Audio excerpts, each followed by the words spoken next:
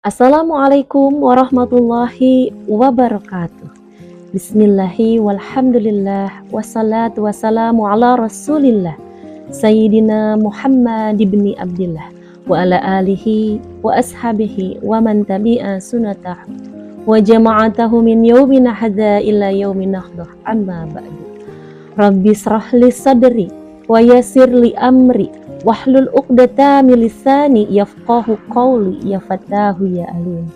Faqad qala Allah ta'ala fil Qur'anil Karim, a'udzu billahi minasyaitonir rajim, yarfa'illahu allazina amanu minkum walazina utul ilma darajat.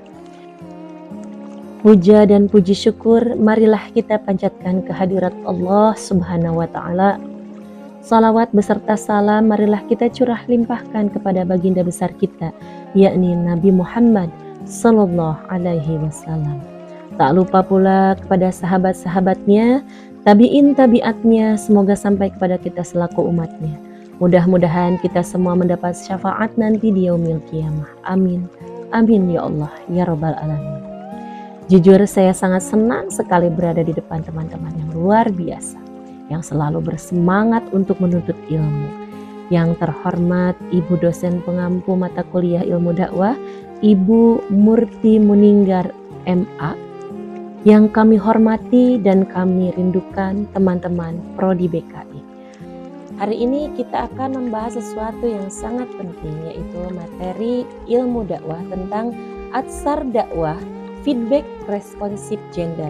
Perkenalkan, nama saya Vera Kartika dari kelompok 7 dengan NIM 24030600006.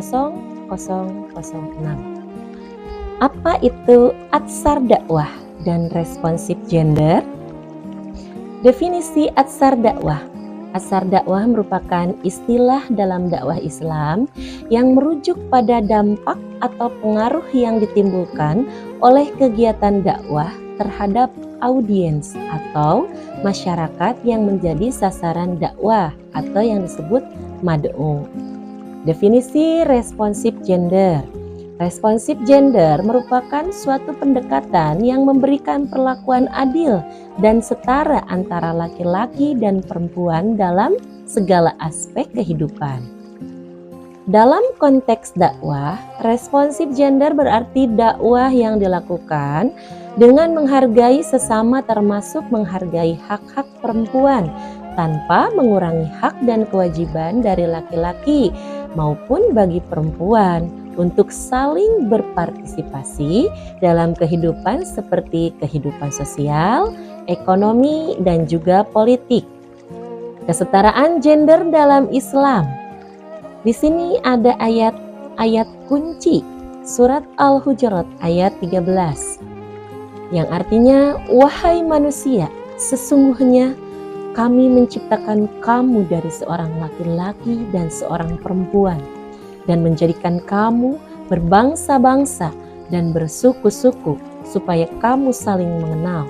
Sesungguhnya yang paling mulia di antara kamu di sisi Allah ialah orang yang paling bertakwa. Ayat ini menegaskan bahwa kemuliaan seseorang tidak ditentukan oleh jenis kelamin, melainkan oleh tingkat ketakwaan mereka. Kesetaraan gender berarti bahwa laki-laki dan perempuan diberikan kesempatan dan hak yang sama sebagai manusia untuk berpartisipasi dalam politik, hukum, ekonomi, sosial budaya, pendidikan, pertahanan, dan keamanan nasional. Macam-macam atsar dakwah. Di sini ada kognitif, proses berpikir pendengar mengolah pesan dakwah, menghasilkan efek kognitif berupa perubahan pengetahuan, pemahaman, atau persepsi. Dakwah diharapkan mampu mengubah cara berpikir agar sesuai dengan ajaran Islam yang benar. Efek kognitif terjadi bila ada perubahan pada apa yang diketahui, dipahami, atau dipersepsi halayak. Efek ini berkaitan dengan transmisi pengetahuan, keterampilan, kepercayaan, atau informasi. Selanjutnya, efektif.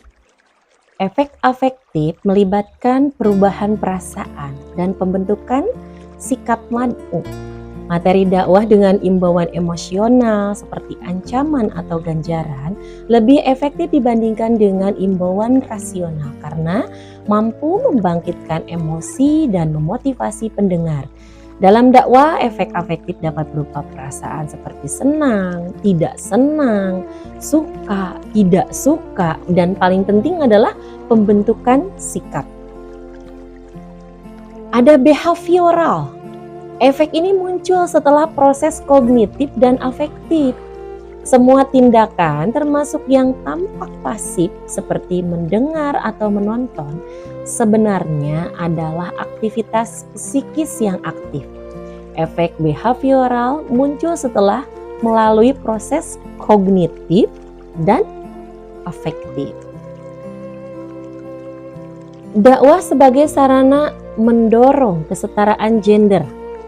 Kesetaraan gender berarti laki-laki dan perempuan memiliki hak, tanggung jawab, dan peluang yang sama dalam berbagai aspek kehidupan.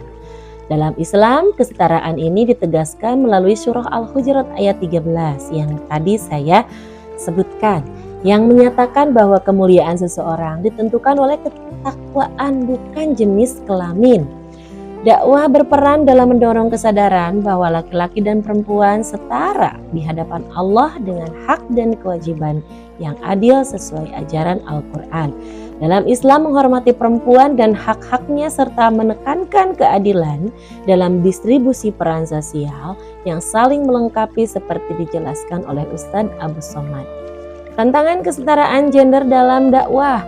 Budaya patriarki. Apa itu budaya patriarki? Budaya patriarki adalah sistem sosial yang menempatkan laki-laki sebagai pemegang kekuasaan utama dan mendominasi peran publik, sementara perempuan diposisikan di ranah domestik. Dalam konteks dakwah, budaya patriarki membatasi perempuan untuk terlibat aktif dalam kegiatan dakwah yang dilakukan di ruang publik.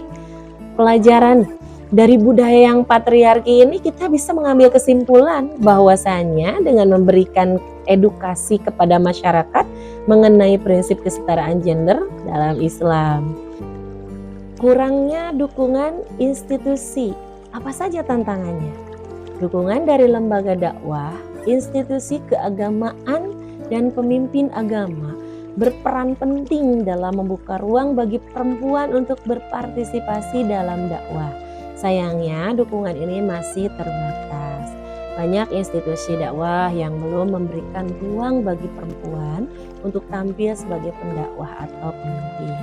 Pelajarannya di sini, maka dari itu dengan mendorong lembaga dakwah untuk membuat kebijakan yang mendukung partisipasi perempuan bisa menciptakan kesetaraan gender di dalam dakwah. Bias dalam interpretasi agama. Apa itu budaya patriarki? Bias dalam interpretasi agama terjadi ketika teks-teks suci ditafsirkan secara patriarkal atau dipengaruhi oleh perspektif laki-laki, sehingga menghasilkan pandangan yang tidak adil terhadap perempuan. Penafsiran yang bias gender sering digunakan untuk membenarkan diskriminasi terhadap perempuan, seperti pembatasan peran perempuan di ruang publik atau kepemimpinan. Pelajarannya di sini, maka dari itu dengan menggunakan ilmu tafsir yang baik dapat mempertimbangkan konteks historis, sosial, dan keadilan gender. Tantangan perempuan dalam menegakkan kesetaraan gender. Apa saja tantangannya? Perempuan adalah separuh jiwa bangsa dan umat manusia dengan potensi yang besar dalam seluruh aspek kehidupan. Banyak perempuan yang disubordinasi, marginalisasi, dan diskriminasi, atau jika meminjam kata-kata Al-Haddad tadi, merendahkan dan membiarkannya menjadi hina dina. Pembatasan peran perempuan di ruang publik yang membatasi kontribusi mereka dalam dakwah. Di sini pelajarannya, kenyataan ini jelas memperlihatkan bahwa kaum perempuan dianggap tidak ada yang layak disebut ulama. Padahal dalam realitanya banyak perempuan yang menjadi ulama, bahkan guru bagi ulama-ulama besar dunia. Di sini kita bisa menarik kesimpulan bahwa atsar dakwah merujuk pada dampak atau pengaruh yang ditimbulkan oleh kegiatan dakwah terhadap audiens atau masyarakat. Evaluasi atsar dakwah penting dilakukan untuk memperbaiki strategi dakwah sehingga lebih efektif dalam menyampaikan pesan Islam. Dalam konteks dakwah, responsif gender mengacu pada pendekatan yang adil dan setara antara laki-laki dan perempuan yang menghargai hak dan kewajiban keduanya tanpa diskriminasi. Islam mendukung kesetaraan gender yang berarti laki-laki dan perempuan memiliki hak, tanggung jawab dan kesempatan yang sama dalam semua aspek kehidupan, baik di dalam ranah keluarga, masyarakat, maupun negara. Alhamdulillah, kita telah sampai di penghujung presentasi ini. Semoga apa yang telah disampaikan dapat menambah wawasan kita tentang ilmu dakwah dan semakin menguatkan semangat kita dalam menyebarkan kebaikan di tengah masyarakat. Dakwah bukan hanya tugas para ulama, tetapi kewajiban setiap muslim sesuai dengan kemampuannya. Mari kita terus belajar, memperbaiki diri, dan menyampaikan pesan Islam dengan hikmah, kasih sayang, dan keteladanan. Semoga Allah Subhanahu wa Ta'ala memberikan kemudahan bagi kita dalam menjalankan dakwah, menjadikannya sebagai amal jariah yang terus mengalir pahalanya, serta meridhoi setiap usaha yang kita lakukan. Terima kasih atas perhatian dan partisipasinya. Jika ada hilaf dan salah dalam penyampaian, itu semata-mata kekurangan dari saya pribadi. Semoga Allah Subhanahu wa Ta'ala mengampuni dan membimbing kita semua. Wallahul muwafiq ila aqwamit thoriq. Wassalamualaikum warahmatullahi wabarakatuh.